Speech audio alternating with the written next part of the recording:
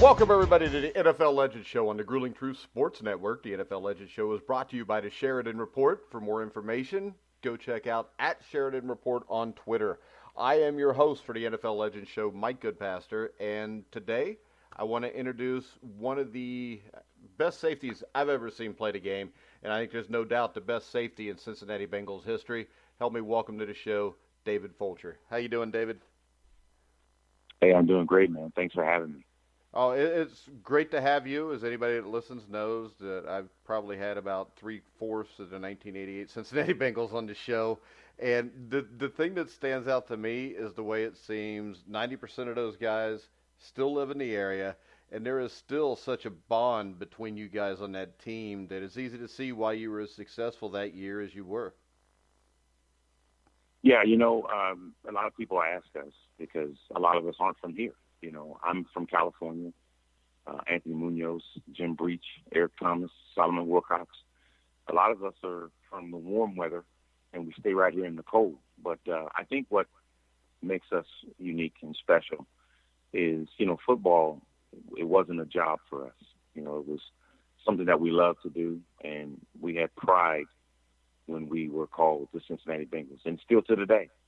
We hate to see the football team struggle the way they are, but we, as that 88 football team, we've kind of made this our home. When people ask me where I'm from, I don't say California, I say Cincinnati, because I've been here since 1986 and met my wife, Judy, over 25 years here. And my son, David Jr., my daughter, Kayla, both grew up here and went to high school and went to college from here. So, yeah, this is the retired guys that played on that 88 Super Bowl team. They're here, and they're here to stay. All right, so let's just start off. When you began playing football, and who were some of your early influences? Wow. I could tell you that probably my biggest influence was my brother Mark, who was a quarterback in high school back in mid-'70s, close to the end of the '70s. And, you're talking about black quarterbacks, James Harris. My brother was kind of in that Shaq Harris mode, and then Doug Williams. So my brother was a big influence on me, and I watched him play the game that we all played when we were young and how successful he was at playing it. And back then, he was a pretty big quarterback. He was 6'2", 225 in 1975, 1978. And they didn't have quarterbacks that big then like they have today. Yeah. And watching him play the game and watching him do what he did, I said, you know what, I want to be like my brother. I wasn't a quarterback, so I said, I was a wide receiver, so my brother would always throw the football to me. So I thought I could get into college playing wide receiver and had that opportunity. But as soon as I got to Arizona State, they switched me to safety.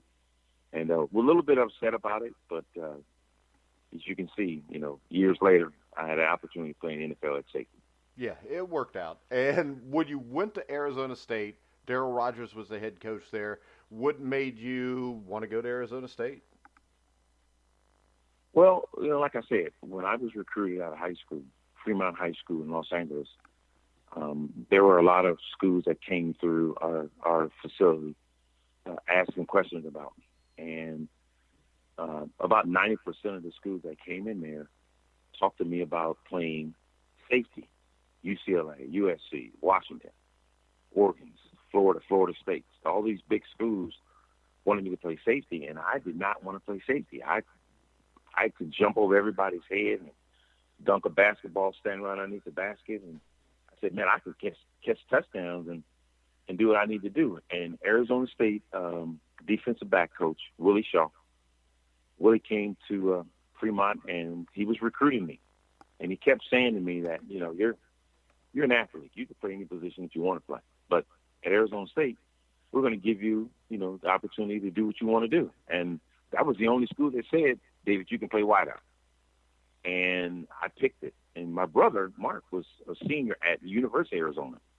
I did not want to play with my brother Mark because I was always in my brother's shadow. I was always Mark's little brother. And I wanted to be David because that's who I was. So I decided to go to Arizona State to play against my brother, and he tore his knee up his final year that I couldn't get a chance to play against him. So I had to make my own name. And then when I got to ASU, well, now you belong to me. So I wind up playing safety behind Paul Moyer and Mike Richardson. They were seniors, and I was a red-shirted freshman. They didn't let me play, so I had the red shirt. And I think it was for the best for me, like I said, because when all said and done, I wound up playing the years I did in the NFL. All right, now Willie Shaw, he's the father of Stanford coach David Shaw, isn't he? Uh-oh. I kind of hurt. You kind of went in and went out. I said that Willie Shaw is the father of David Shaw, the coach at Stanford right now, isn't he? Yes, David Shaw is the head coach at Stanford. He was and if I can remember, David was our ball boy back when I was playing, because Coach Shaw always had David around. And I'm not sure exactly if that is true or not, but I thought that David Shaw was one of our ball boys when I played at ASU. All right, I just looked it up. He is the father of Stanford head coach David Shaw. So it doesn't say whether he's your ball boy or not, though. No, I don't. Like I said, I don't know if he was our ball boy, but I do know that David Shaw is the son of Willie Shaw. All right, so your first year at Arizona State, transitioning from safety to wide receiver, how difficult was that for you? Well, the thing about it was there wasn't really too much of a transition for me because I did play safety in high school, had a bunch of interceptions, and like I said, but I liked the opportunity to catch touchdowns and jump over people and run down the field and play the one-on-one. And I think that helped me a lot when I transformed from wide receiver to safeties because I'm used to sort of reading the defenses as I come to the line of scrimmage. And then when I switched to safety, it was all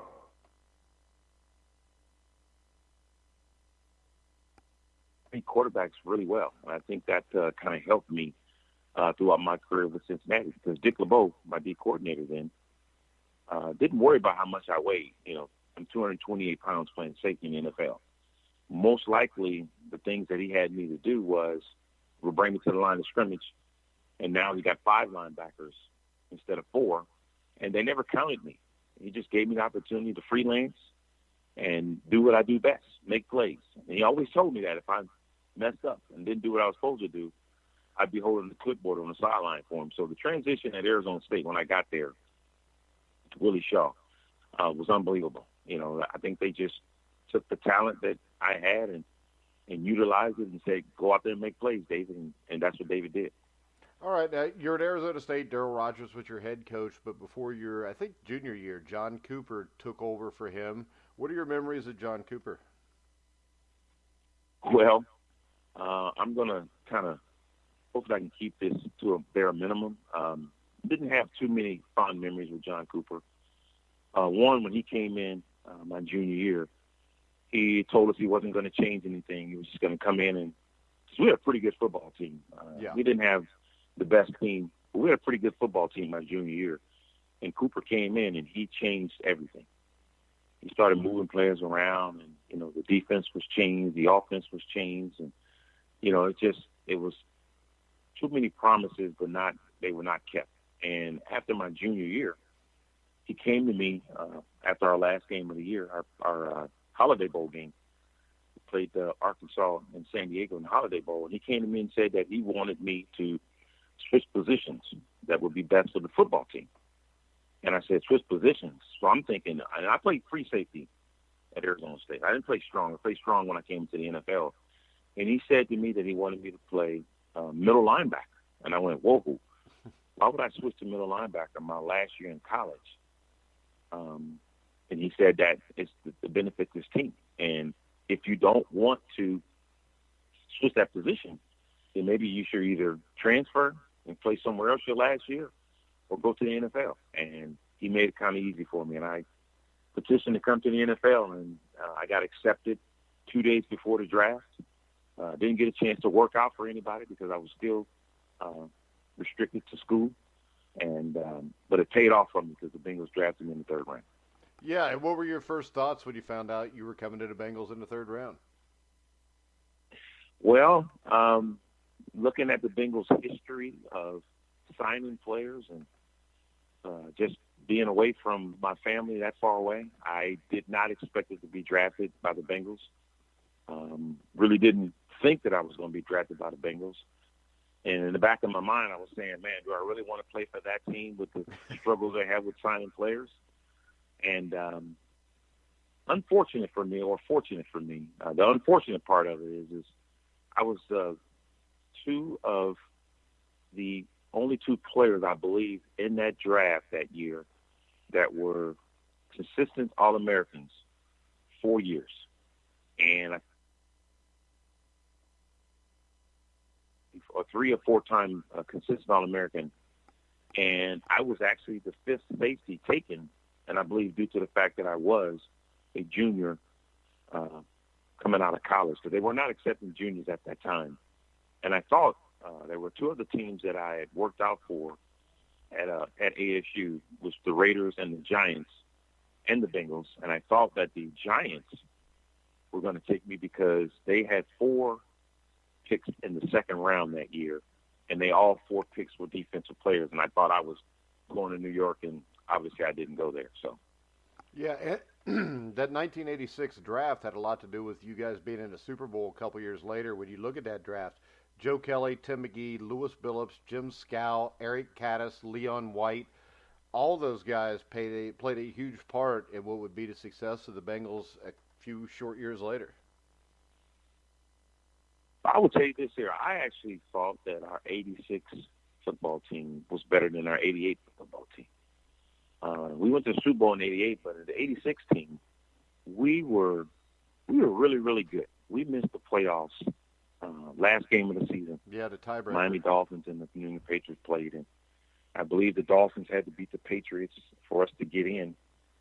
And a couple of weeks before that game, we played the Patriots in New England, and we beat them 31-7, I believe. Yeah, we beat them up pretty bad. Didn't Brooks and was it Jennings combined for like 300 yards rushing or something in that game? It was something astronomical.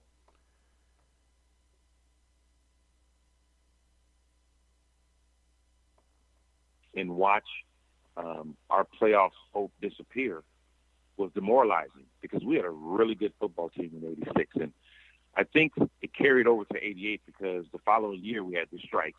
Yeah. So we didn't play a lot of good football the next year because of the strike. But the 86 football team was capable of playing in that Super Bowl in 86, which would have probably been against the Bears, who beat us in Cincinnati that year. I thought our 86 football team was pretty good. But we had, you mentioned all the guys' names, probably 7 or 8 guys that got drafted that year in those draft picks, and all of us made the team. And normally that doesn't happen. Your first rounder might make it, your second, maybe your third, but you start going 4th, 5th, 6th, 7th round picks. A lot of those guys don't make the team, but every one of our players on that team that got drafted that year made the team. Yeah, and when you look at the guys, there was a lot of leaders on that defense, but the guy that would stand out to me the most as a leader, I would think at least, especially for you as a rookie, would be Reggie Williams. Yeah, no doubt. Reggie was our officer and a gentleman. He was the guy who led by example. He was our city councilman here in Cincinnati. He was just a voice that when he spoke, like E.F. Hutton, shut up and listen. And we did. There were some guys on that defensive team who could say something and people would listen. And then there were guys on that defensive team that, like Tim Crumrye, who didn't say much, but man, he went to work every play, every down, and he forced you to do what you need to do because he said, if I'm not there, somebody else has to be there, but I'm going to get there first. And with that attitude, that was the kind of guy I wanted to play with. And we knew that we had that defensive team surrounded with Reggie Williams on one side, Tim Crumrye in the middle, and then I would walk up to the other side based on what defense we were calling. So we had that football team surrounded, and we played pretty well as a unit. Yeah, and he had Robert Jackson at free safety next to you as a good player. And another guy, I know this would have been the end of his career, but Bobby Kemp, who passed away like 20 years ago, Yeah. far too young of an age. Bobby Kemp was a huge part of the 1981 Super Bowl team, and I think people forget just how good a player Bobby Kemp was when he was younger. Yeah, Bobby, when I came in, was Bobby's last year. Bobby was starting safety for us. And when I came in, Lebeau inserted me into the starting position. But watching Bobby play, Bobby was a little safety. He was about 205 if he was that big. Yeah, but he'd crack But it. Bobby was a guy, he would hit you. Bobby would hurt himself when he hit people. And I think that may have shortened Bobby's career because he would throw his body into people, and he would walk off the field dizzy and aching. And I think because of the physicality that we opposed on offensive teams, when Lebeau stuck me in there, we go from a 200-pound safety to a 240-pound safety. And he started doing some things. And that's where the zone blitz came from. The zone blitz came from the style of play that Lebeau put with me.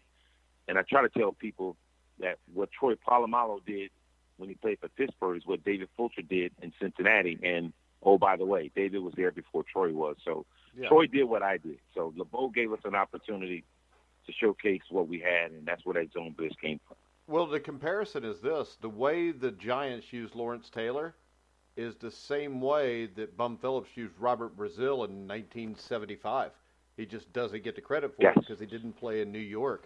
And I've had Robert on a couple times, and when you watch the highlights of Robert Brazil, you would think it was Lawrence Taylor. And a lot of that, and I think a lot of the problems with yours was your career was a little bit shorter, because I still tell people, I think you were every bit as good as Ronnie Lott was at safety. I do too. I think that. Go ahead. I'm sorry. Go ahead. Sorry about that. No. I agree. I think Ronnie Lott is a heck of a player. You don't get to the Hall of Fame just because you have a name. You have to have some kind of backing behind it. And I do think that it's tough because, similarities in style of play. Ronnie was the kind of guy that he tried to run through you on every play. And the majority of times it worked. My thing was, is if I have the opportunity to run through you, I'm going to run through you. But I wanted to make the tackle. Yeah. I didn't miss a lot of tackles in my career. Ronnie missed a lot of tackles, but also Ronnie played, 4 or 5 years longer than I did. And plus he played the Super Bowl wins too. The Super Bowls. Yeah. And I think that hurts a lot of us because when you start looking at statistics, my statistics are similar to Ronnie Lott's statistics. But, if he's played 4 or 5 years longer than me, then he's going to have, 150, 200 tackles more than me. But when you start talking about, interceptions and talking about tackles for loss and talking about sacks and just, for my 8 years and then you add his 8 years, my statistics are right there, if not better than him. But once again, he played in San Francisco, 3 Super Bowls. I played in Cincinnati, 1 opportunity to play in the Super Bowl, but our team played in 2. And sometimes you get discredited based off of what your team did, and it's supposed to be an individual's credit and statistics that should get him to the Hall of Fame or even get him nominated for anything. And sometimes you get shortchanged. Well, Ken Anderson's the perfect example. If the Bengals win Super Bowl 16, Kenny Anderson's probably in the Hall of Fame. And I agree. I think Kenny, I don't know why we don't have more than one guy besides Ken Riley, Lamar Parrish, Reggie Williams. Williams was a hell of a player. Isaac Curtis was a great wide receiver. Isaac Curtis's statistics, if you just go straight statistics, blow Lynn Swann away, but Lynn Swann had those catches in the Super Bowl. Yeah, and I think that's where it hurts to see Cincinnati not well represented in the Hall of Fame or anything else because we, 2 Super Bowls in the 80s. The 49ers have 3. If we win both of those Super Bowls, we have 2 Super Bowl wins. The 49ers have 1. So who's the team of the 80s now? It's the Cincinnati Bengals. But obviously that didn't happen. But you can't tell me that the players who played on Cincinnati Bengals in the 80s, that we only have one guy representing us in the Hall of Fame. It doesn't make sense. And I'm probably still going to be fighting it until the day I die. Yeah. And with Munoz, they had no choice but to put him in because he's the best guy to ever played that position. Best lineman ever played the game. Yeah. I mean, I don't think – the only guy I've seen that was as dominant would have been John Hanna at guard. I mean, there's never been a tackle like Anthony Munoz, and I don't think there ever will be again just because of the way offenses are run now and the lack of offensive line coaching. The other thing that bothered me about '86 was you brought up the Patriots, but you guys beat the Jets 52-20 the last game of the season, and the Jets still got in over you guys. we were on the road, man. I'm telling you, I think what hurt us that year was the AFC Central was pretty strong. The Cleveland Browns, we split. Houston Oilers, I think we split. And I think we may have swept Pittsburgh that year. Or if we didn't sweep them, we split. So you think about that, man. The Houston Oilers with Warren Moon and that run and shoot. The Cleveland Browns with Bernie and all those guys, Slaughter and Langhorne. And the running those backs, guys Bill were, Biner and who was the running other back? one? Kevin Mack. Yeah, Kevin Mack. I mean, those guys were strong. I mean, and so when you're talking about 6 games in your conference and you're 4-2 or you're 3-3 because you're splitting with them other teams, man, makes it tough because that's where our battle was. Our battle was in our conference. The non-conference teams or the teams that are just in the AFC, we played them pretty well. Like I said, we dusted New England, we dusted the Jets, and guess who's sitting out of the playoffs? The Bengals, because our conference was so tough. Well, the thing that killed you guys, if I remember right, the 3-way tie is the first game of the season. You guys got beat 24-14 at Kansas City, and I think that ended up being the difference. Yeah, I mean, in Kansas City, we went into that football game. We felt that we could beat them, and we went up there and a few missed plays here and there, and what happens to us? We lose the game, and like you said, we shot ourselves in the foot early, and after the midway point, I think we were either 6-2 or 7-1 after the midway point, and we were playing against people, and we were doing what we needed to do. Yeah, and then you end that season 10-6. You go to 1987. A lot of high hopes in the city. The strike comes. You want to talk a little bit about that season?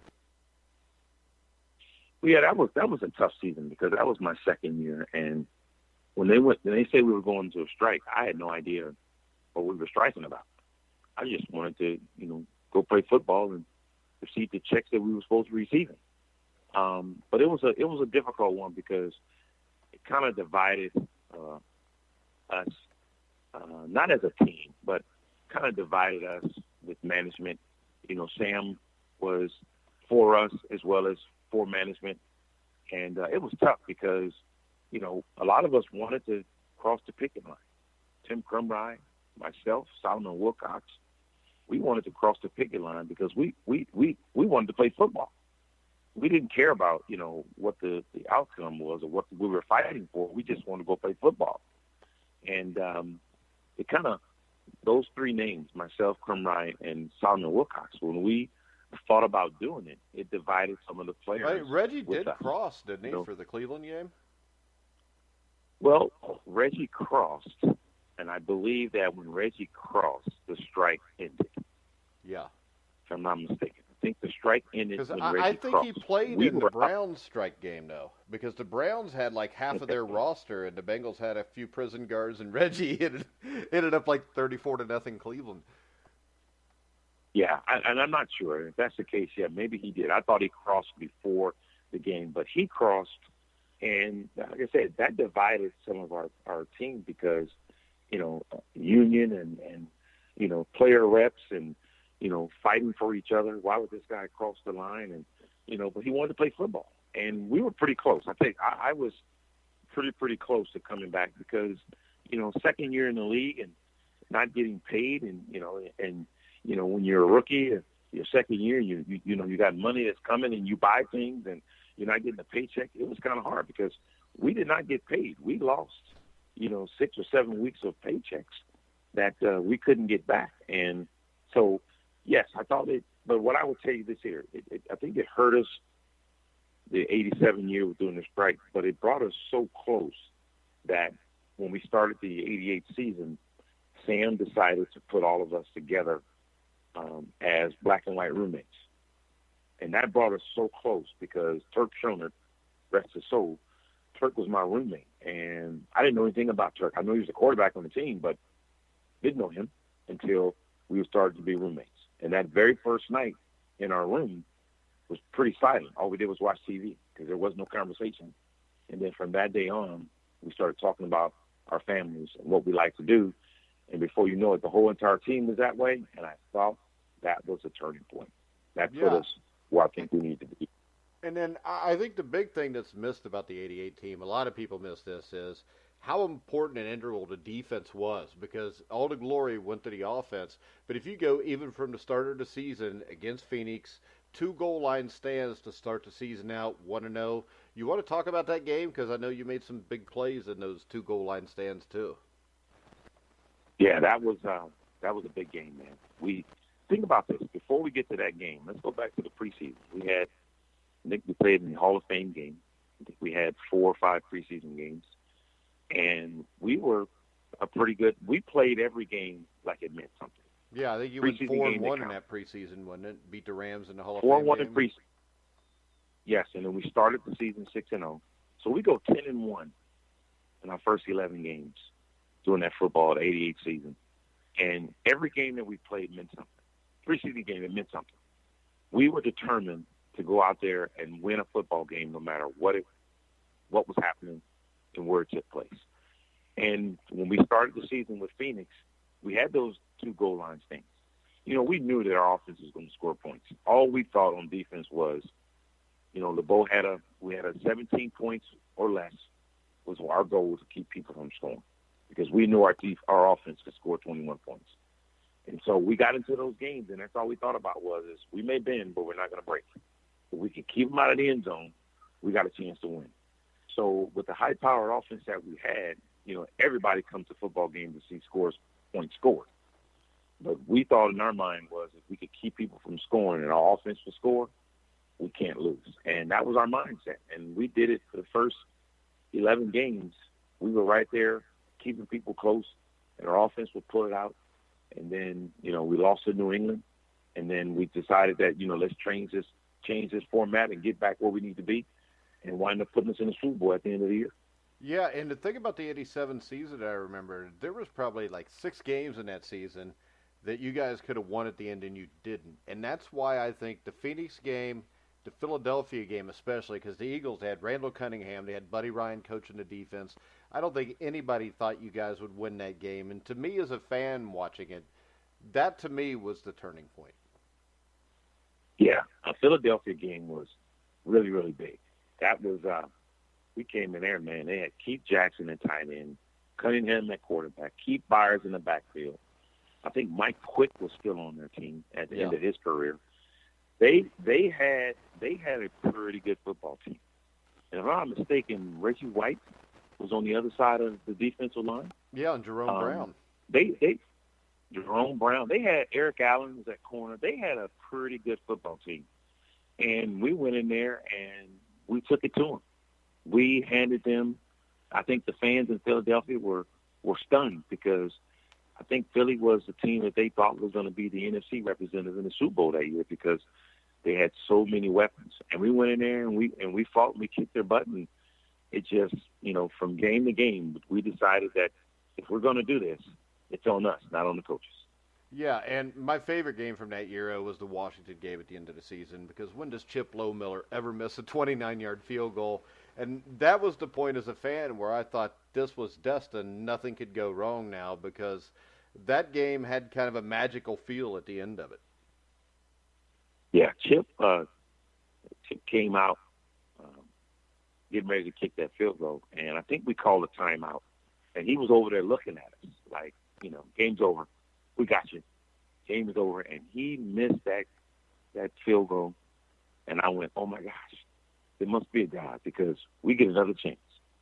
And they got the coin flip in overtime. And Lebeau dialed up a blitz, and Marty Bussey get dug in the chest, and the ball pops out. And we get the field goal with Breacher coming in. So, yeah, that was think about that. That was a deciding point that we lose that game. We're still in the playoffs, but the road goes through Buffalo and not Cincinnati. Yeah, and but remember this. That didn't give you home field advantage. You got home field advantage the next day when the Colts upset the Bills. No, I may be wrong. Now, they won you the division because that won the division. But I'm pretty sure because I remember watching the Bills Colts, which I wouldn't normally do in caring. But we wind up having home field advantage and brought Buffalo here. And I think that year we beat Buffalo 3 times. We beat them in preseason, regular season. In the AFC Championship game. So it was nice to play in front of our home crowd. That jungle was rocking on that day, and that's why I think it also helped us get to the Super Bowl. Yeah, and that was also the playoffs where, Sam Weiss with the no-huddle offense beats Marv Levy, and then Marv Levy invents the no-huddle offense a year later. Yeah, Marv was complaining about what the Bengals were doing, and what does he do the next 4 years? He goes to the Super Bowl, but he's using that no-huddle offense at the Bengals that he cried about so much. So, I just think the NFL wasn't ready for what the Cincinnati Bengals had threw out there. And I think it made it tough for us, Bengals, and the fans. And it may still have some years ago that they didn't like us. They used to call Sam Wicky Wacky because he would always come up with something crazy that the NFL wasn't ready for. I mean, they would throw a flag on us because we're running to the line of scrimmage, set alert, snap the football, and they would go flag. And they go, well, what's the flag for? Well, we're trying to figure it out. We just don't know. And then that's how they would stop us. They would stop us because they didn't know what we were doing, and it wasn't in the rule book said you couldn't do it. Yeah. Well, they were trying to see if they could get approval to put it in during the game. And the thing about that team is, well, they were trying to do something to try to slow us down because they could not. Nobody could stop that offense that we had. Yeah, and a lot of that against them every day. They made us really well. As a team on both sides of the ball, that team was so innovative. You talked about the zone blitz with Coach Lebeau. I think that was probably the first NFL team to use zone blocking to the extent that Jim McNally used it with that offensive line. Then you got Coach Weiss with the no-huddle. So really, I think that team, as crazy as it may seem, out of any team that played in the 80s, may impact the NFL more today than anything else that happened in the 80s. Yeah, I think we were the trendsetter. We were this team that we started a lot of stuff. We did some things, the no-huddle, sugar huddle, defensively, the zone blitz, and the things that Lebeau had us doing. We were the trendsetters, and the NFL wasn't ready for it. Just like the start of the game of football. Paul Brown comes in, he's got this idea, he does some things. There are a lot of things that Cincinnati, the Bengals, the Browns organization, the family, they put in place that the NFL wasn't ready for. But like I said, I believe we were the trendsetter, and it's unfortunate for us, man. 2 Super Bowls and no win. That's probably something that's going to stick in our gut for the rest of our lives. Yeah, well, things don't change around here. It's going to for sure. Let's see. But when you look at the 2 weeks leading up to the Super Bowl, it had to be a dream come true to be to this point. You want to talk a little bit about the 2 weeks in preparation? I mean, you're getting ready to play against Joe Montana, one of the greatest quarterbacks to ever play the game. Yeah, the 2 weeks, I think, sometimes can hurt you. We were playing really, really well on both sides of the ball. I think we came into the playoffs defensively like 20th in the league, total defense or whatnot. We get into the playoffs and to the Super Bowl, we had the best defense in the playoffs. We didn't give up a lot of points. We didn't give up a lot of yardage. We played like a Super Bowl winning defensive football team. And those 2 weeks of sitting back, really doing too much of nothing, I think I gained like 5 or 6 pounds because we didn't do too much. We did a lot of walkthroughs and we did a lot of eating. We did a lot of special activities while we're down in Miami. So we didn't do a whole lot until Monday, I think, of the week of the Super Bowl. Our quarterback Boomer, MVP, doing a lot of publicity shots and traveling across the country. And, all of a sudden he shows up, Tuesday of the Super Bowl, and he's ready to play football. But yet the last week he's been, taking all kind of glamour shots. So we had a. I wish we would have played the following week.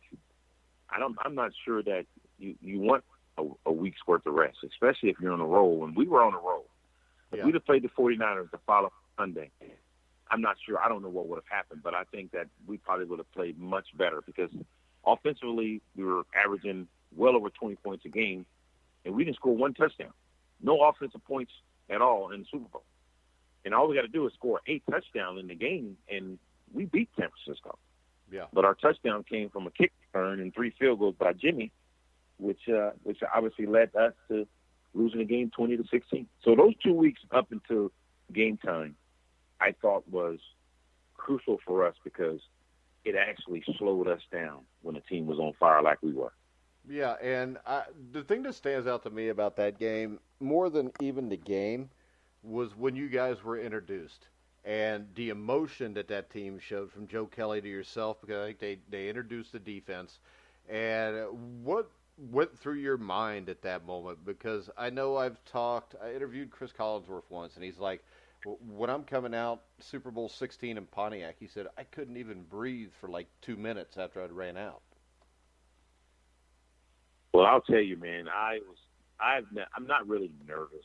And I don't know if people understand when you say, are you nervous? Or, I just think that I felt excited about playing in the Super Bowl. So when I heard that they were going to call the defense, I thought about, man, there's going to be millions of people watching us.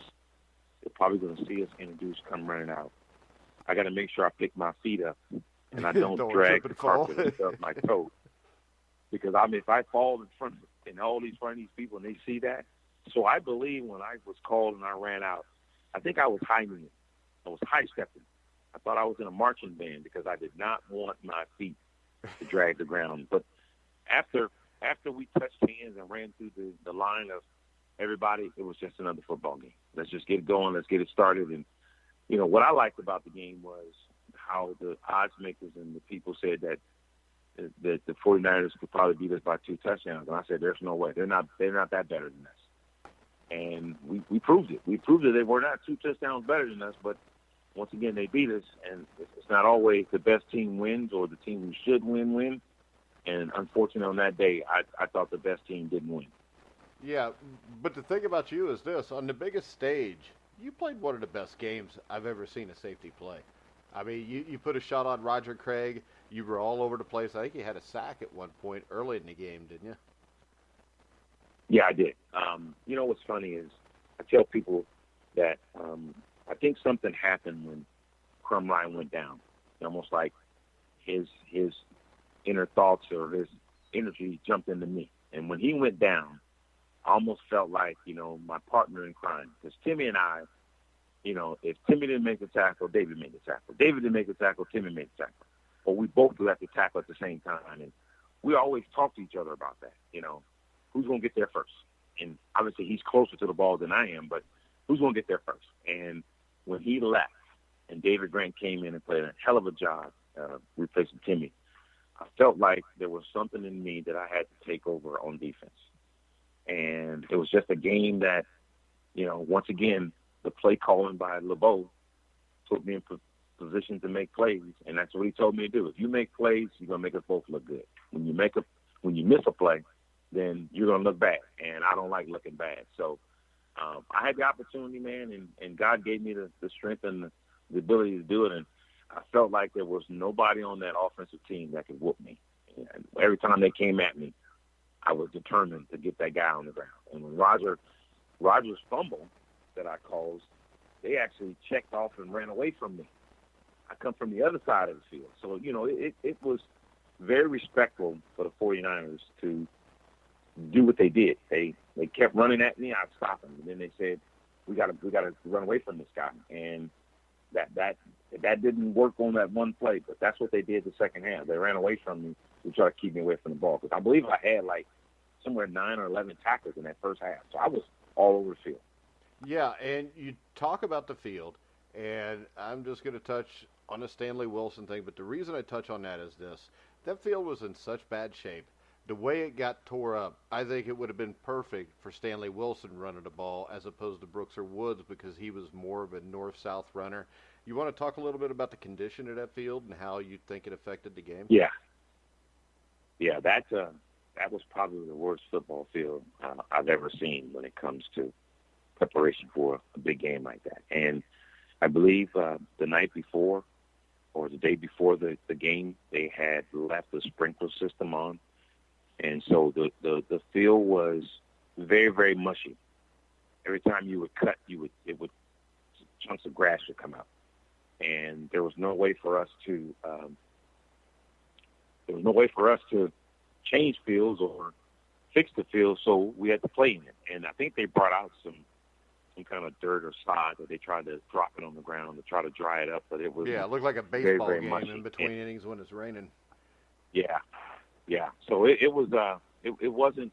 And think about this: we were averaging over 200-some yards rushing a game that year, and despite Stanley Wilson's unfortunate circumstances that happened the night before the game, if Stanley was a big part of our rushing game, whether he was blocking for JB, Icky, and Jennings in the backfield, or him running the ball himself. And we didn't have that. So now we took our best blocking back out of the equation and had to ask Stanford to do blocking because he was obviously our fullback. But, we just didn't have the power that we normally have on offense because I think we actually ran the football well enough to set up Boomer throwing the football. But in that game, we had to throw the football to set up the run, and that didn't work. Yeah. And you want to talk a little bit about the SWAT team? I mean, you had Lewis Billups back there with you, Ricky Dixon, Solomon Wilcox, Eric Thomas, Barney Bussey. That was a great defensive backfield. We did. We had a bunch of guys, man, who still, besides Lewis Billups, rest his soul, those guys, we all still talk to each other. Ray Horton, Bussey, Wilcox, Thomas, myself. We had a really good understanding of what was going on. And once again, we had a defensive coordinator that trusted us enough to let us do things that normally people didn't do. We could be playing cover two deep, two safeties high and two corners in the flats. And I could look over to Eric Thomas and I could call a switch. And I become the corner and he becomes the deep safety any time during the game. But we line up like we're playing too deep, and I'm the deep safety who's lined up 15 yards, and on the snap of the ball, I'm now 7 yards in the flat. And teams would look at us and go, what in the world? I've had a few interceptions or knockdown balls that was thrown because they thought that the corner was dropping off, and they ran a curl, and I stepped in and made an interception or made a quick tackle. We actually did that in the Super Bowl. Jerry Rice went to catch a pass on the sideline. It's because I was there, and he thought Eric Thomas was dropping off, and I wind up hitting Jerry, and the ball pops out. So we had a secondary that communicated so well that it gave us the freedom to do what we wanted to do, and Lebeau trusted us. Yeah, and you talk about Lebeau. You want to talk a little bit about him, or about him a little bit more? Because the thing that strikes me with Dick Lebeau is the guys that I've interviewed all love Dick Lebeau. I mean, and, I get that when I talk to guys that played for George Allen, Bum Phillips, but it just seems to me like these great coaches have more of an impact than just as a coach. Yeah, Lebeau, I'm going to tell you, man, there's three men. Obviously, my dad, he's still living. He lives out in California. My college coach, Willie Shaw, and Dick Lebeau. These guys were phenomenal people that, you look up to. People that when I went to practice or went to work, I wanted to work for that guy. I wanted to give my best for that guy because they never talked to you like you're beneath them. They didn't yell and scream at you. They didn't curse you out. It just was a matter of fact. And when Lebeau spoke, like I said, E.F. Hutton, you listen. And he used to always call me 33. Hey, 33, listen, I need you to make a play. I'm going to dial up something, and I need you to get there. The sack that I had against the 49ers in the Super Bowl, I would always come to the line of scrimmage, and I was playing man-to-man on the tight end, whoever that was at that time. And on this particular play, he said, what do you think about us dialing up the strong safety fire? I said, let's do it. He said, but I don't want it coming from the outside. I want you to get up there and choke the tight end, get on top of him, and play like you're going to play man-to-man. And I think Joe Montana thought we were playing man because I got up there and I was looking at the tight end the whole time. And on the snap of the ball, the tight end went inside, and I took off. And the tackle never saw me. And Joe, at the last minute, saw me, and he ducked because I had my eyes visualized right on that Montana. And when he ducked, I clipped his helmet with my face mask. And I'm kind of fortunate that I did knock him out because if we did, we'd have had Steve Young coming off the bench, and that might have been some problems. So you know what, though? I think I'd rather take my luck with Steve Young that year. Let's see. Yeah, I mean, I tell you what, man, I think what Steve Young brings to the table, he's got, obviously mobility and movement that Montana didn't have. But like I said, man, no matter how the game went or what the situation was and how good Montana might be, if we just score one touchdown, and I think the offensive guys would probably say the same thing, we score one offensive touchdown, we win that game. The thing that always bothered me was the 3rd and 8 at the end of the game where they ran the ball and settled for the field goal. With 3 minutes still left, you can't give Joe Montana the ball back with 3 minutes left, only down by 3 points. So the thing that bothered me most out of the game was the way the Bengals defense played the last couple minutes, because it was a way I hadn't seen them play all year, and the fact that they did not really go for the first down in that 3rd and 8 situation. Yeah, there were a lot of things that I thought we did that we shouldn't have did. The last drive, we played preventing yourself from winning the game, but we prevented ourselves from, we blitzed Montana all night. We've been up in his face. We were man-to-man. We dropped back in the zone. Keep the ball in front of us. Worst case scenario, they kick the field goal. We got overtime. And I don't know, that wasn't my decision. Obviously, it was our coach's decision. But we didn't go after him like we should have did in that last drive like we did the whole 3.5 quarters. Yeah, if I remember right, Reggie Williams wasn't even on the field in the last drive, was he? Yeah, I think Reggie was off. We brought in another safety. Yeah, so you were missing, Reggie and Tim Crumry on that final drive. And David Grant played a great football game, so that's not to say that, but it's still, Tim Crumry was one of the best interior defensive linemen I ever saw for the 4 years before that broken leg. Yeah, Timmy, I'll tell you this, like I said, David played a well of the game. And, Timmy, you think about this. So we lost Timmy early in the game. For us to lose Timmy early in the game, David played, 3.5 quarters of football and played well. But there was an absence there, not having Timmy there. And then to go into the last drive, and we put our nickel team in, and we take a linebacker out and bring a safety in. So we were sitting back trying to keep the ball in front of us. But we had a chance. I think it was 2nd and 20 or 3rd and 20. Yeah, Randy Cross had the false start and made it, I think, like 2nd and 15 or 2nd and 20 late in that game. Yeah, and come back and get 21 yards, and that hurt. If we was to just get off the field there, we win the game. Yeah. So. But all right, let's move on. 1989 season started off 4-1. Ickey Woods gets hurt early on. You guys, I think, had, if not the youngest roster in the NFL in 1988, close to it. What happens to this team? So basically, 3 years later, this is a 3-13 team, and the roster has been overhauled so much. I've never understood why they started shipping people out or letting people leave. Well, if you can recall, back in 88, I think it was 89, Plan B. The 89 or 90, the Plan B free agency took place, and it gave teams opportunities and players opportunities to leave the current team they were with. And because we were so stacked with players, our first teamers and our second teamers were basically the same. The difference was the number on the back and the name.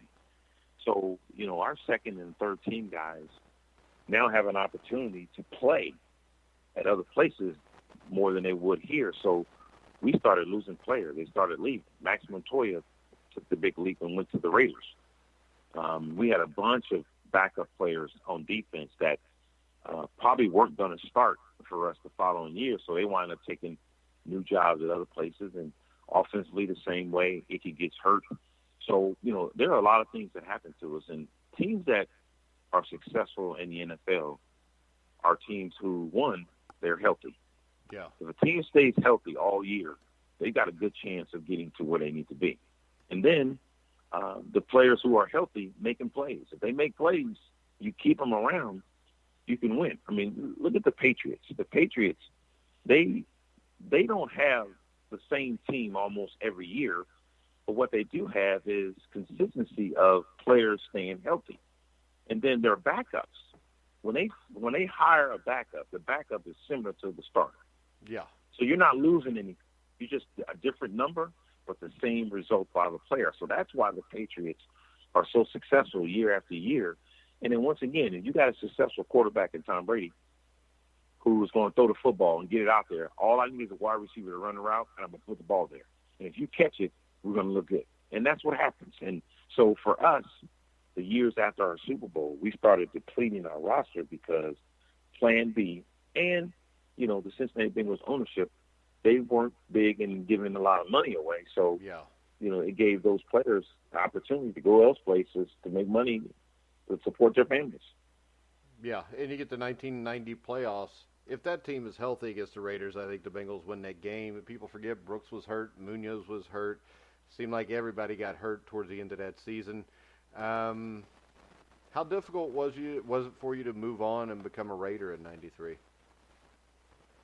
Well, that was tough because I didn't ask to leave Cincinnati. Didn't want to go to the Raiders. I wanted to play my career out in Cincinnati. I would have loved to play 10, 12, 13 years here in Cincinnati because I made Cincinnati my home. But, the free agency was coming, and the Bengals could not afford or did not want to pay big money to David Fulcher. And, and the David Fulcher that I know back in the day, I just wanted to play the game because I love playing it. I would have rather the Browns family come to me and say, okay, so we're going to make you an offer for the next 4 years to be here with us. And here's the offer. And that offer could be nothing. Trust me, it could have been $500,000 a year. And because I love playing the game, I would stay there and play. And because it wasn't about the money, I'm making a lot of money playing a sport that I love to play. They're going to pay me. When I got hired by the Bengals, Paul Brown told me, you hit people, I'll pay you.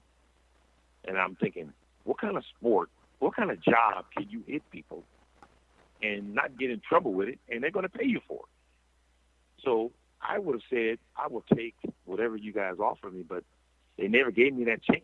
They just said, we can't afford to pay you. And I'm like, pay me what? And so they, Lance Gunn was a safety they brought in that year. And Lance was making a couple $100,000, and I believe I was close to $1 million. Would have received close to $1 million, and they thought that they got Lance Gunn, 6'2", 215, similar to David when he first came into the league. Paid him a couple $100,000. Let's keep him and get rid of David. And it didn't pan out for Lance or the Bengals because they wound up putting a corner at safety. So yeah. It was bad that I had to leave. I didn't want to leave. As you see, I'm still here in Cincinnati after retiring from the Raiders. And but it was great that I played for the Raiders because that was my hometown team. And I got a chance to play in front of my hometown and my family. But I would have loved to play against the Raiders in front of my family instead of playing with them. Yeah, and you talked about going to Raiders. The owner was Al Davis. The head coach was Art Shell. Hell, the wide receivers coach was Fred Biletnikoff. So you got to be around some NFL legends there. What was that year like for you? Oh, let me tell you, it was one I'll never forget, man. They treated us like professionals. While I was there, man, it was, it was, bed check. Bed check curfew was, 9 o'clock on the game night. But curfew wasn't you had to be in your room at 9 o'clock. It was be smart, get yourself ready to play the next day. How much rest do you need? How much time you need to sleep? You know, you're a professional. I can remember one of the things that I remember vividly playing for the Raiders was walking into the locker room my very first time and went up to the Coke machine. And the Coke machine said a quarter. Now, this past 8 years in Cincinnati, we had a Coke machine in the locker room. You had to put a quarter in it to get a Coke out. Well, I was putting my quarter in the Coke machine, and the quarter kept coming through. It kept going all the way through like it was never catching. And Tim Brown walks up and hits Coke, and out comes a Coke. And I go, hey, man, I've been standing here for 2 or 3 minutes, and this machine ain't giving me my money. He said, what are you doing? I said, I put the quarter in. He says, dude, we don't put quarters in here. Those are free. And I went, oh, they're free. Wow, I guess I just experienced being in the NFL now. Yeah, but you know this. L.A., you didn't practice in a place as palatial as Spinney Field. Oh, I know. Practice in L.A., man, as bad as the smog was in California, but it was better smelling the smog than it was smelling that stuff down in Spinney Field. Yeah, I remember Spinney Field. It was bad. Oh, very bad. So, let me ask you this. Was there a noticeable change in the Bengals front office when Paul passed away and Mike Brown took over, or was Mike Brown already in charge when you got signed? I think Mike was always in charge. I think Paul knew football, how to recruit, the fundamentals of football. And I think Mike and the rest of the family, they knew the business side of it. And still today, the same way. They're business people. They're not bad people. They're just business people. And I think sometimes people underestimate the mindset of a person who's a businessman. You know, they're out to make money. They're out to support and find better ways of making money. And if they don't have to spend money to make it, that's what they want to do. But the NFL forced them when they put the salary cap on how much money you're supposed to spend. Yeah. So each team is created equally. So now they're saying, wow, I have to spend this money, so let's see what we need to do. But I think when Paul was here, Paul knew the talent and how to get talent in here. And I thought Mike and the rest of the family, they handled the business side of it. That hasn't changed. They still handle the business. But I think sometimes people look at it and go, why are the Bengals so poorly? Why aren't they winning? Why aren't they doing? And if we're going to get Mike, we need Mike out of here. Well, Mike is looking at Mike's business is successful. The football team may not be winning, but his business is successful. And I think sometimes people misjudge that. Well, it's impossible to be an unsuccessful businessman owning an NFL team anyways, anymore at least. Yeah. So, yeah. What's your take on the new head coaching hiring or the coaching change? Well, you know, I do agree that it was time for Marvin to step aside. I thought the last 3 years you could see him won. He gained a lot of weight. Yeah, he just looked wore out. He was worried. Yeah, he looked wore out. And it's kind of tough, man, you know, coaching. When you're coaching, you everybody wants to see you win. Number one job for a coach, head coach, is to see his team win. And when you're not winning, everybody wants to figure out exactly what's the best answer. And Marvin felt it 3 years ago, but he tried to get this out of a funk, and he tried to get the team to win.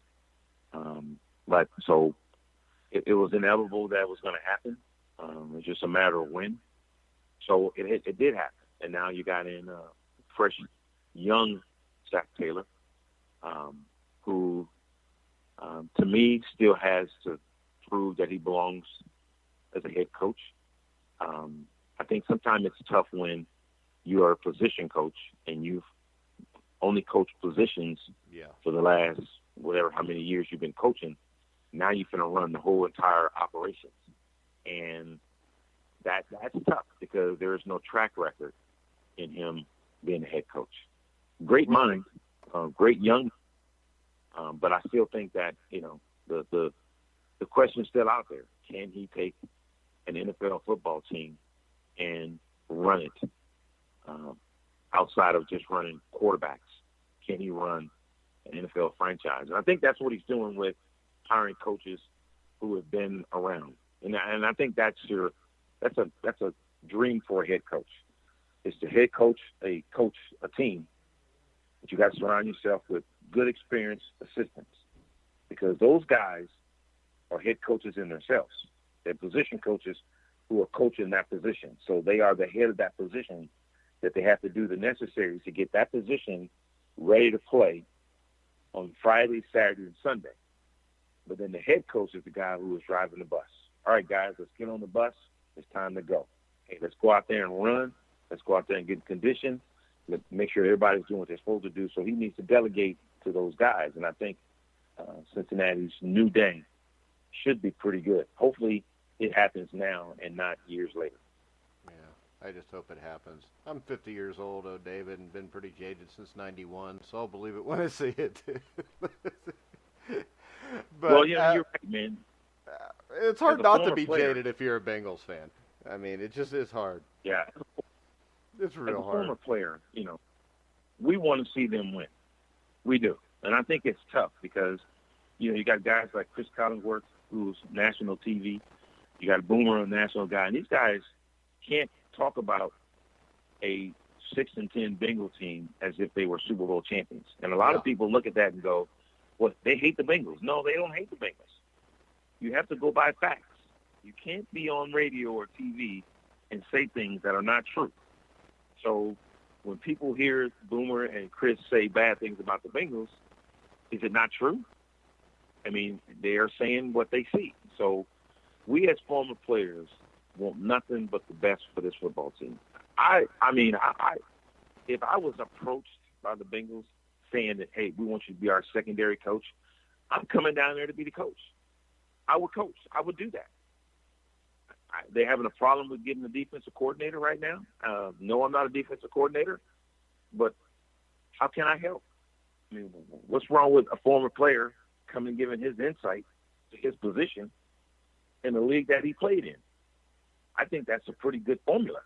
That doesn't mean I'm the best coach, but you had me on your squad. You saw what I used to do. I think there's a good opportunity for me to tell some young player 30 years later that there's an opportunity. This is how it was done. Follow me. I'm going to lead you to the promised land. But we don't get that opportunity here. And I just hope that, when it's all said and done, that the city of Cincinnati is going to get what they deserve. They deserve to have a championship football team. Yeah, and I think the other thing that worries me is just the Bengals losing fans, because you get a whole generation that doesn't know anything but losing, whether it's in the playoffs or the regular season. And also, the thing that really bothers me is you go to Paul Brown Stadium, now you see some, they got pictures of Reggie Williams, they got pictures of Bengals greats, but there should be a Hall of Fame there. There should be a Ring of Fame with guys like you, Reggie Williams, Kenny Anderson, Ken Riley in it. And I think it's an absolute joke that they don't do something like that. It doesn't cost them hardly any money. And let's face it, Hamilton County is paying for most of it anyways. So I just wish that they would. The history of the Bengals from 1968 to 1990 was pretty damn good. There was no Bungles jokes back then. That's all you hear now. So why not celebrate those first 22 years? Because, I lived at a time where in the 1980s, the Bengals usually owned the Pittsburgh Steelers. When you played, you won more games probably against Pittsburgh than you lost, especially between 84 and 90. The Bengals won almost constantly against them.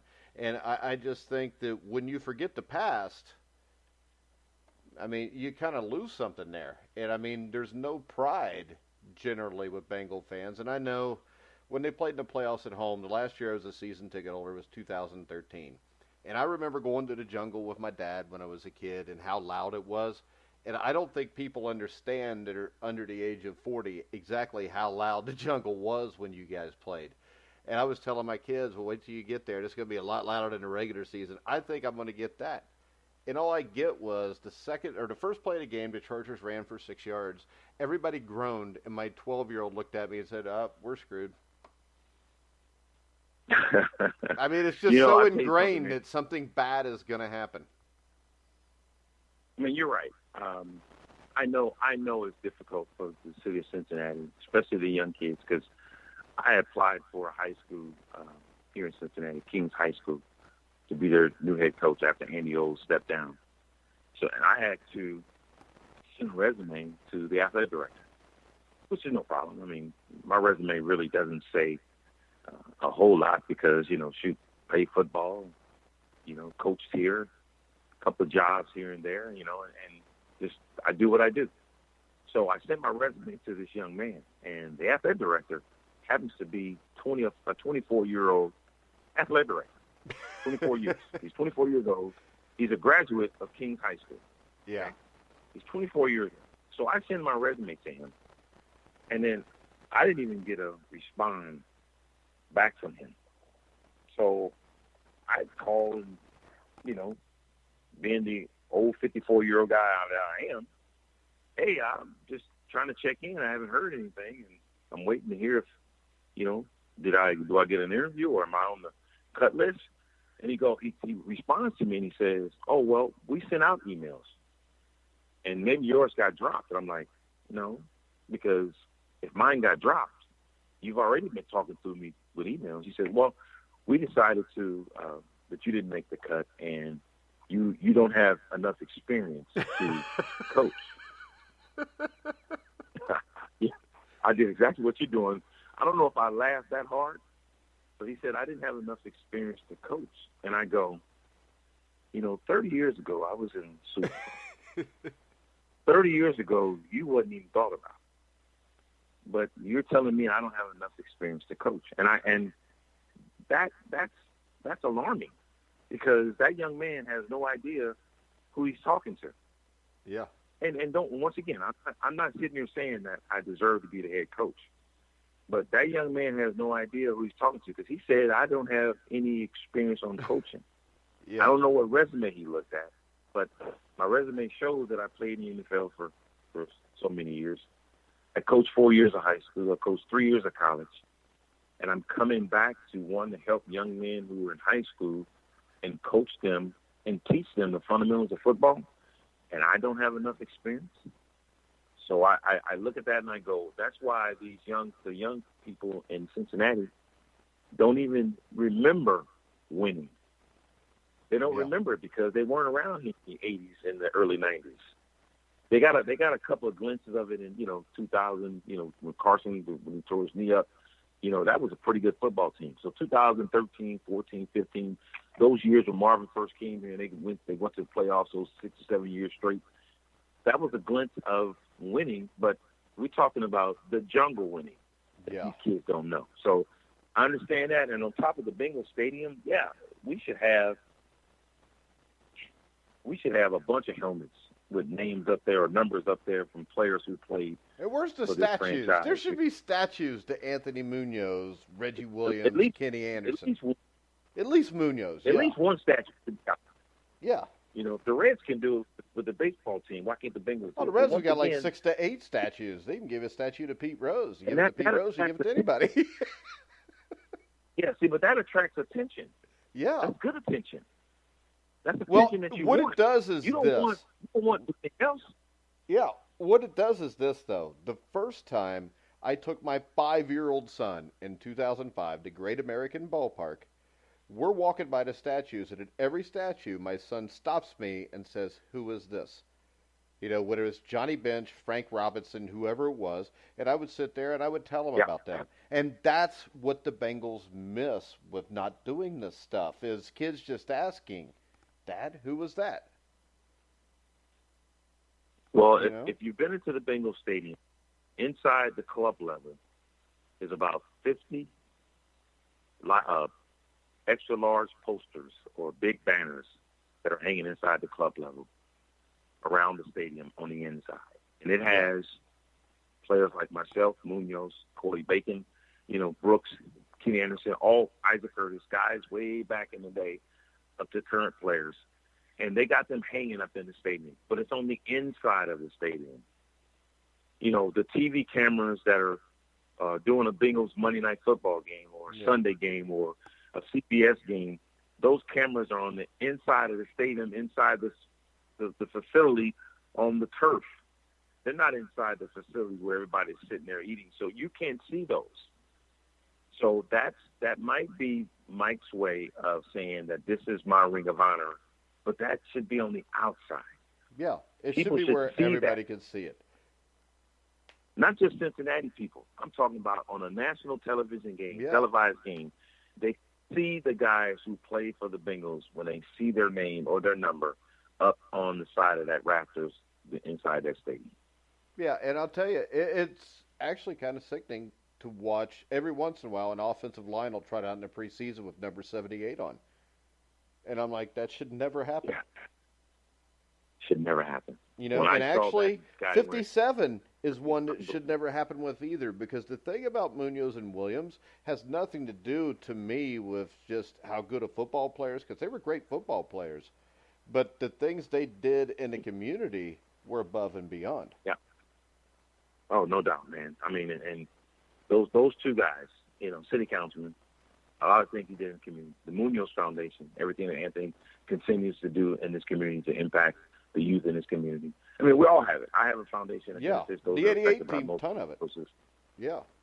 Yeah, and, you know, my wife was diagnosed with MS over 20-something years ago, and so we do a lot of things in this community. We all have golf tournaments. We have speaking rounds. Everybody helps each other out, and yet we don't feel or don't see the impact down at the stadium like it should be, like it is in other cities, in other states. Yeah, and then the thing that really gets to me is social media. Somebody will post, who should be on the Bengals Mount Rushmore? And you get, like, A.J. Green, Corey Dillon, Chad Ochocinco, and I'm like, come on. Yeah. Oh. And they don't even remember Anthony Munoz half the time. That's the young mind today. You know, I have kids that I go speak at or go someplace, and I see kids, and I get introduced by a dad who's there, who knew me when I played, or a mom, and he goes, "Son, this is Mr. Fulcher. He played for the Bengals back in the '80s." And the kid will go, "So did you play with Chad Johnson? Did you play with Andy Dalton, A.J. Green?" I'm going, "Hey kid, 1980, Chad Johnson wasn't even born. So no, I didn't play with Chad." "Oh, well, I don't want to talk to you. I don't know who that guy is." I'm thinking, wow, but because the kids don't know, and I understand that. But maybe the kids would know if you guys would be honored. Yeah. And not just trotting you out on the 50th anniversary. I mean, it's sickening to me, because I've been a Bengals fan for a long time. You know, Mike Brown makes a lot of money off the fans. He needs to get something back at some point. Well, I would say this here. I think that what they did for us this year for the 50th was great, to acknowledge all the guys that played from number 1 in Anthony all the way down to number 40 to 50th, whoever that might be. And I was honored, man, to be in the top 10, number 6. I still get people getting on me about me being 6 and Jim Breach being 5. But I said I didn't vote. I mean, I don't know why, but I'm just happy that, you know, the people who voted thought that I was worthy enough to be in the top 50. And I just think that even the top 50, why not do something around the stadium? Maybe having those guys' names up, or put something up so people can see it. Because once again, you know, I look at it like this. My 2 kids, my son David's 25. He's in the Air Force. My daughter Kayla's 23. Just graduated from college 2 years ago. You know, David was 2 years old when I retired. My daughter Kayla was just born when I retired. And my kids, my son knows a lot about his dad playing football, because everybody wants to compare him to me when he was playing at Mason. But my daughter, when she was growing up, she would always go, "Dad, why do they always have to stop you? You know, Dad, why do they always want to talk to you? Dad, why do they ask you for your autograph?" I said, "Because, you know, it's what your dad used to do." He said, "Well, no, you're just my dad. You're not a football player. You're just my dad." So that's how kids see it today. You know, who are you? "Oh, you're an old football player." "Well, I don't want to talk to you about it. I want to talk to somebody else. I want to talk about today's guy. You're an old guy. You didn't do nothing." I mean, well, yeah, I did, but I do think that, the city of Cincinnati deserves a little bit better than what they're getting. Once again, those people are paying salaries. They're helping with salaries because every time they buy a ticket, they buy something, they go directly into those players' pockets. So give them something that they deserve, and hopefully it's going to come. I just hope that it's sooner than later. Yeah. What about Katie Blackburn? Is she just a business person, or would she be somebody you think would bring in a GM? I think Katie's good.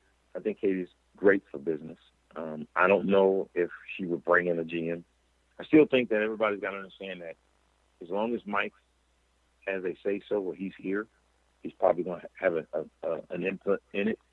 But I do think that Katie has stepped in to make some more decisions.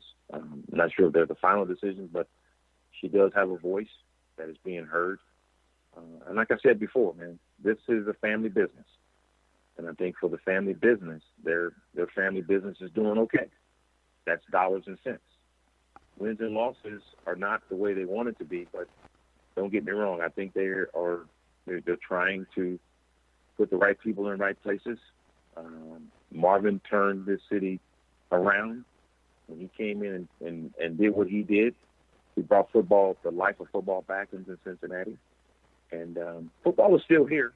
Like I said, players get hurt. When players get hurt, things happen. If the players stay healthy, you got a chance. So everybody is seeming to mend up. People are starting to get where they need to be. And the new face is going to change people's attitudes. So hopefully the attitude is going to be positive enough to go out there and win football games. All right, real quick, you want to tell us about your foundation? Yeah, so there's a couple of things that I do. My first foundation, the David Fulcher Foundation, benefiting those who are affected by MS. My wife, Judy, was diagnosed with MS about 21, 22 years ago, and we were raising monies to find a cure, and decided to stop doing that and raise monies to help those that are deeply and personally affected by it. So the last 7 to 8 years, we have adopted families who are affected with MS, a mom, a dad, kids, and we partnered up with the Gift of Hope, which is an organization that people who are part of the Gift of Hope have MS. So Sharon Rowe, the founder of the Gift of Hope, would give us 5 or 6, maybe 10 names per Christmas year, and we would go shopping for those families. So my wife and I would go out and buy necessaries, things that they don't have, that they can't get, and we would go shopping for them around Christmas. And we've done it for the last, I want to say, 10 years. And I also have the other foundation that I teach incarcerated men. It's called MANA, Mentoring Against Negative Actions, that I've been doing for the last 15 years in the Hamilton County Justice Center, that I just teach common sense that they already know, but they don't apply it to their everyday lives. And I do that twice a week, along with my wife and I travel across the country working with organizations, not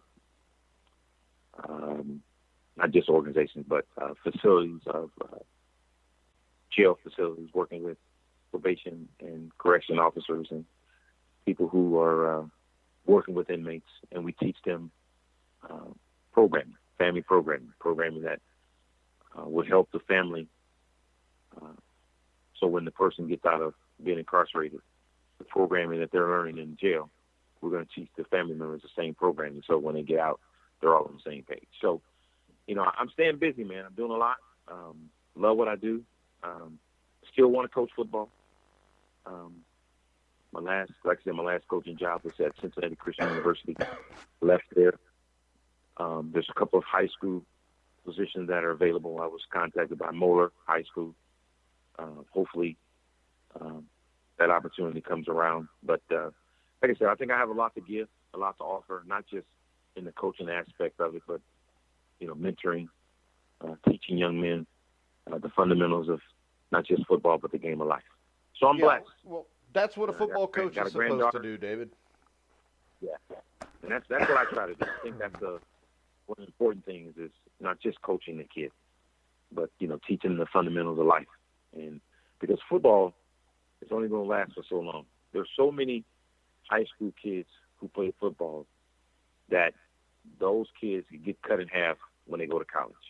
Yeah. And then those kids who are playing in college, it gets cut in half in the NFL. So I always tell kids that the National Football League, those NFL doesn't stand for that. It stands for not for long. So when you finish playing football, you got to have something to fall back on. And that's what I think I do best, teaching them the fundamentals of the necessaries after the life of football.